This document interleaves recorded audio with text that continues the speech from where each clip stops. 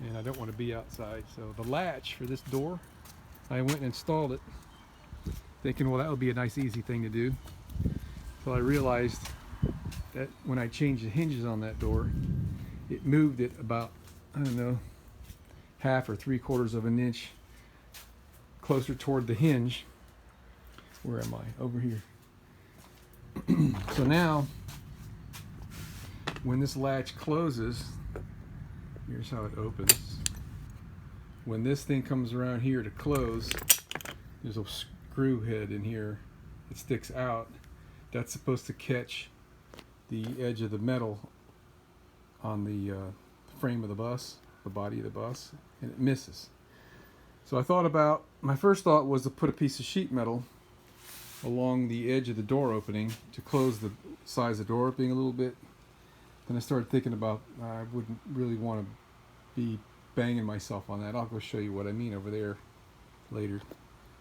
But so I thought if I could extend this piece about an inch, that'll give me enough room to drill in another hole in it and duplicate what we've got going on out there just a little bit further. Found this piece of aluminum. So now what I'm thinking is, what would be the best way to like slot this out and slide it over, right? So it's got 2 or 3 sides holding it, right? And then put a bolt through it. And then it'll be just an extension of this, but a little bit thicker, and then put the screw through there. That's what I'm thinking. I'm going to give that a shot, mull that over my head a little bit. First I started thinking, well, just a piece of sheet metal coming out here, and I do have a small piece of stainless right here. I don't even know where I got that from. I could put that under here with a screw and then put a bolt in it, and that would do the same thing, but got to think that through. That would be the easiest thing, actually. I mean, you know what I think I'm going to do? I'm going to try that. The only thing is I don't have the means to weld stainless, and it would be nice if I could weld some sides to it so that it slips in here and won't have a tendency to want to spin on that bolt. That's why I was thinking of using a piece of aluminum, so I can make something that slid onto this piece, right? And it won't have a tendency to turn. So yeah, we're gonna mull over that for a while. We've got options. Moving the door is not one of them, nor is slotting the hole on this and moving this further to the outside, because then we'll have a gap over here.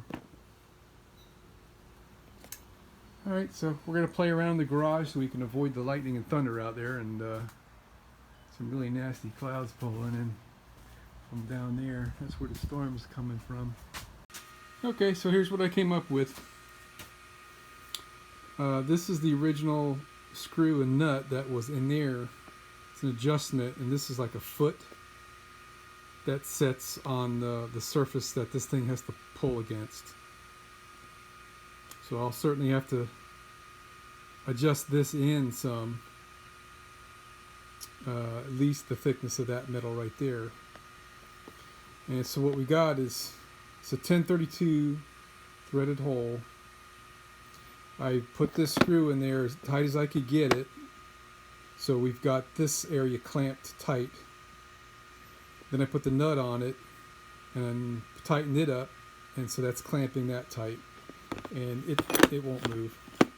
It's rigid on there. I thought about putting some Loctite on there just to glue this together, but then some might get on the screw threads, and I wouldn't want to fight with this thing to take it apart. I didn't have a stainless steel screw that long, so I had to go with steel, zinc plated. And so here we are, ready to go. This is the clamp that holds it. This is the original clamp.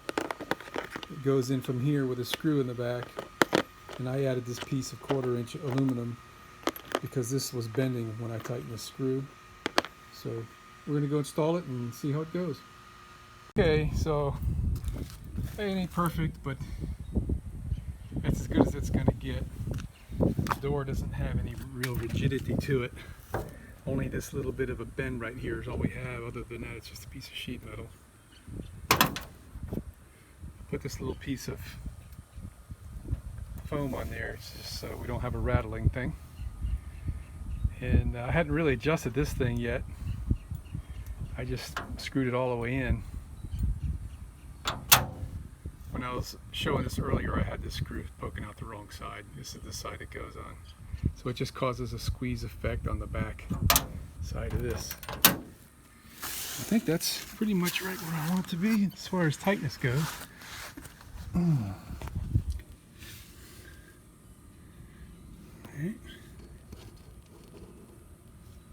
Let me get this out of here.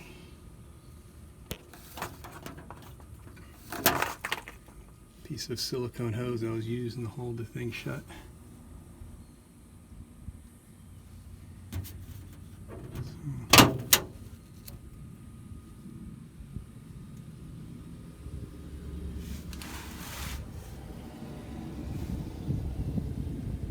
Got plenty of clearance.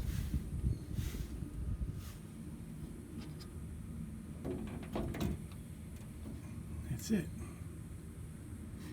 We're in there and we're done with this sucker, finally. Now I don't have to tie the door shut with a piece of silicone hose.